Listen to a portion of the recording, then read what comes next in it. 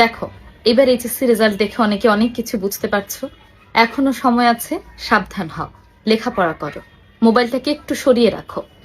এখন আমি কথাগুলো বলছি তাদের উদ্দেশ্যে নয় যারা অনেক লেখাপড়া করেছে, অনেক পরিশ্রম করেছে, তবুও কোনোভাবে তাদের ফেইল এসেছে। আমি কথাগুলো মোটেও তাদের উদ্দেশ্যে বলছি না, বরং সেই শিক্ষার্থীদের উদ্দেশ্যে বলছি যারা সারাক্ষণ মোবাইল নিয়ে পড়ে থাকো, সারাক্ষণ টিকটক নিয়ে পড়ে থাকো, ভিডিওস বানাও, ব্লগ করো, সবকিছু লেখাপড়া বাদ দিয়ে করো। তাদের উদ্দেশ্যে আজকের এই কথাগুলো বলছি। হয়তো তোমরা অনেকেই শুনবে যে রেজাল্ট ম্যাটার করে না, লেখাপড়া ম্যাটার করে না, এগুলো সম্পূর্ণ বোগাস কথাবার্তা। দিন শেষে যদি কোনো কিছু ম্যাটার করে সেটা হচ্ছে তোমার লেখাপড়া। হয়তো অনেকে বলতে পারো যে লেখাপড়া না করে অনেকে তো অনেক অনেক টাকা ইনকাম করছে, লক্ষ লক্ষ টাকা ইনকাম করছে, তারা জীবনে বিভিন্ন রকম ভাবে অর্থ উপার্জন করছে, করতেই পারে। কিন্তু দিন শেষে কেউ যদি তোমার সাথে থাকে, তোমার পাশে থাকে, তাহলে সেটা হবে তোমার লেখাপড়া। মানুষ লেখাপড়া শুধুমাত্র টাকা ইনকাম করার জন্য করে না, এটা মোটেও লেখাপড়ার উদ্দেশ্য নয়।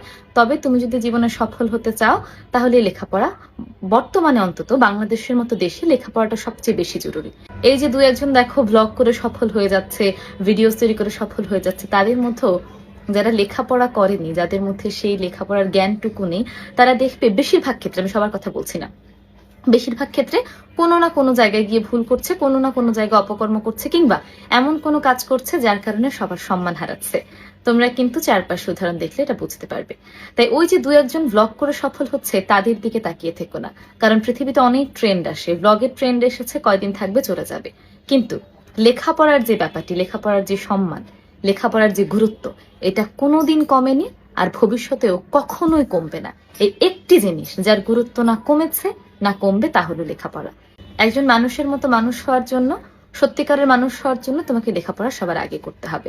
এখন এখানে অনেক অনেক অজুহাত দেবে যে অনেক মানুষ আছে লেখাপড়া করে অনেক খারাপ হয়েছে, লেখাপড়া করার পরে তারা দুর্নীতি করেছে, বেশিরভাগ মানুষ হচ্ছে দুর্নীতিবাজ, কিন্তু তারা হচ্ছে লেখাপড়া শিখেছে। এরকম অনেক উদাহরণ দিতে পারবে। বিশ্বাস করে এই যে বিভিন্ন রকম উদাহরণ দিচ্ছ লেখাপড়া না করার, এর চেয়ে লক্ষ লক্ষ গুণ বেশি, এর চেয়ে হাজার হাজার গুণ উদাহরণ রয়েছে লেখাপড়া করে ভালো হওয়ার। সুতরাং শুধুমাত্র খারাপ দিকে, খারাপ জিনিসগুলোর দিকে নজর দিয়ে লেখাপড়া করবে না অন্য কিছু করবে, তাহলে তোমার ভবিষ্যৎ অন্ধকার। তুমি এরকম নানা ধরনের অজুহাত দেখাতে পারো, নানা ধরনের লজিক দাঁড় করাতে পারো, কিন্তু আজ থেকে 10 বছর পর তুমি নিজেই তখন আফসোস করবে কেন সময় মতো লেখাপড়া করলাম না। তাই এখনো সময় আছে। যারা শুধুমাত্র মোবাইল চালিয়ে টিকটক করে, ব্লগ করে, ঘোরাঘুরি করে সময় নষ্ট করছো, মোবাইলটা রাখো, বইটা হাতে নাও, নয়তো একটা সময় পর আফসোস করবে। এবার রেজাল্টটা নিশ্চয়ই বুঝতে পারছো। তাই এখনো যারা ছোট আছো, যাদের সামনে পরীক্ষা, তারা সতর্ক হও, সচেতন হও। এইবার যে রেজাল্ট এসেছে এটাই আসলে প্রকৃত রেজাল্ট।